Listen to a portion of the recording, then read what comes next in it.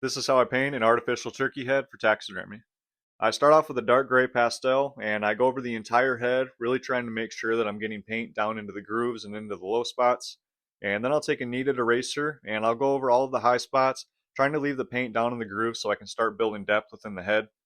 And then I'll use a phthalo blue pastel and I apply that to the cheeks, top of the snoot, wattle, and a little bit lighter on the back of the head.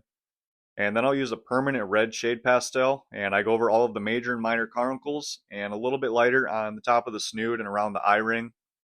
And then I'll take a matte fixative and I'll spray the entire head just to lock in the colors, and I'll keep applying that permanent red shade to the caruncles until I'm happy with the richness of it.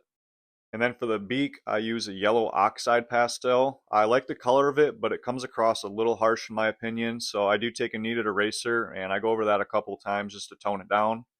And then next I'll jump over to a raw umber pastel and I apply that to the back of the beak just to liven it up. And once I'm finished painting the head and I'm happy with how it looks, I will take that matte fixative and spray it one more time just to fully lock in the colors.